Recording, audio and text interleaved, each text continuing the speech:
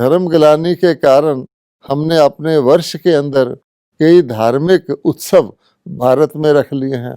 हम होली मनाते हैं, होली का अर्थ नहीं जानते हैं। हम दशहरा मनाते हैं, दशहरे का अर्थ नहीं जानते हैं कि होली में कौन सा रंग लगाया जाता है। आत्मा को गुणों के रंगों से रंगा जाता है।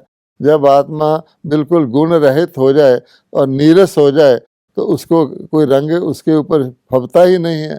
इसी प्रकार से हम दशहरा मनाते हैं कि अपने अवगुणों को जला दो, रावण को अवगुणों का प्रतीक दिखाया जाता है।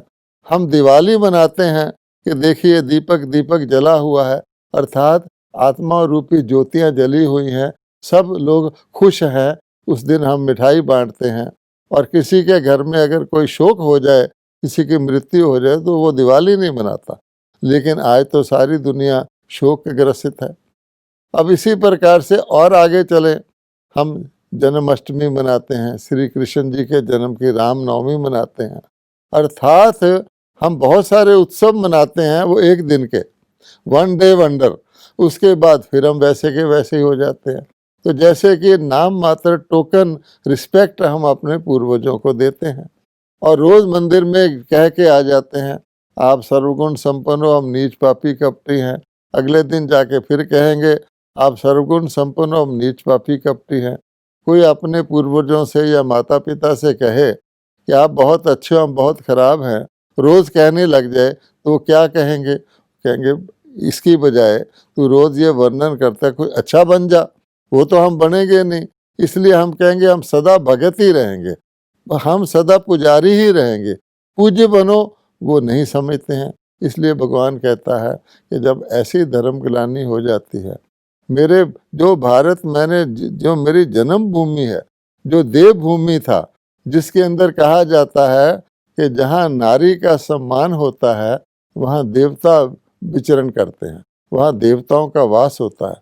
भारत के अंदर नारी का कितना सम्मान था। भारत के अंदर नारी का इतना सम्मान था कि भारत की सारी नदियों के नाम ही महिलाओं के ऊपर रखे गए हैं। सबसे बड़ी गंगा कहा जाता है, गंगा, यमुना, महानदी, गोदावरी, कृष्णा, कावेरी, नर्मदा, ताप्ती, तो सब नाम महलों पर क्यों हैं? कि यादगार है कि जब तक ये नदियां बहती रहें, महलों का नाम, महलों का सम्मान कायम रहे। लेकिन आज भारत के अंदर महिलाओं की क्या दशा है? आज आप देखा जाए तो जब आप सड़क पे चलते हैं तो हर ट्रक के पीछे लिखा होता है बुरी नज़र वाले तेरा मुंह काला, बुरी नज़र वाले तेरा मुंह काला। आप देखिए पहले वक्त में जब हम बच्चे थे, कोई व्यक्ति कोई दुराचार का खराब काम कर देता था, सचमुच उसका मुंह काला करके उसको गधे पर बिठाकर सारे गांव में घुमाते थे। आज हम सिर्फ लिख देते हैं बुरी नज़र वाले तेरा मुंह काला। अगर हम सचमुच भारत के बुरी नज़र वालों का मुंह काला करने लगें तो शायद भारत में इतना ब्लैक पेंट भी नहीं होगा, हमें इंपोर्ट करना पड़ेगा उनका मुंह काला करने के लिए। इसलिए आज कौन व्यक्ति हैं जो मुंह काला नहीं करते? कहाँ वो देवी देवताओं का देश, और कहाँ अब एक द्रौपदी नहीं, एक दुशासन नहीं, कितनी नारियों का इज्जत रोज लुटती है, कितनी नारियों का गैंग रेप होता है। अब तो 3 साल की बच्ची को भी नहीं छोड़ा है और 80 साल की बूढ़ी माता के साथ भी इस प्रकार का दुराचार करते हैं। तो ये कौन सा देश है, कौन सी प्रगति है?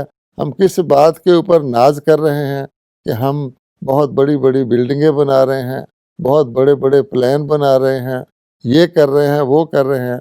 लेकिन कहा जाता है यदि धन चला जाए तो कुछ नहीं गया जाता, यदि स्वास्थ्य चला जाए तो कुछ जाता है, लेकिन यदि चरित्र चला जाए तो सब कुछ चला जाता है।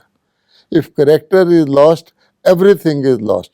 जिनकी मूर्तियां हमने मंदिरों में रखी हुई हैं, जिनकी हम पूजा करते हैं, उनका प्रथम क्वालिफिकेशन चरित्र था। वो चरित्रवान थे, उनका आचरण श्रेष्ठ था, वो पूज्य थे, इसलिए हम उनकी मूर्तियों को भी पूजा करते हैं। जब वो सचमुच चैतन्य में होंगे तो कितने ऊंचे थे। और उसी भारत का गायन है कि भारत देवी देवताओं का देश था, भारत में इतना अथाह धन था, हम कहते हैं कि सोने की चिड़िया था, भारत को देखिए, सारी दुनिया के लोग लूट कर ले गए, आक्रमण किया। सब हैरान हैं कि भारत ने क्यों किसी देश पर आक्रमण नहीं किया, क्योंकि जो सम्मान वाला होता है वो दूसरे के ऊपर आक्रमण नहीं करता, जो शक्तिशाली होता है वो किसी का शोषण नहीं करता। ये भारत देश की शान रही है। अब तक भी भारत देश की ये रिकॉर्ड है कि भारत देश ने कभी किसी देश पर आक्रमण नहीं किया। अगर पिछले दिनों में, पिछले वर्षों में किसी देश की थोड़ी सी भूमि ले भी ली थी, वो वापस कर दी। ऐसा देश दुनिया में किसी ने देखा है?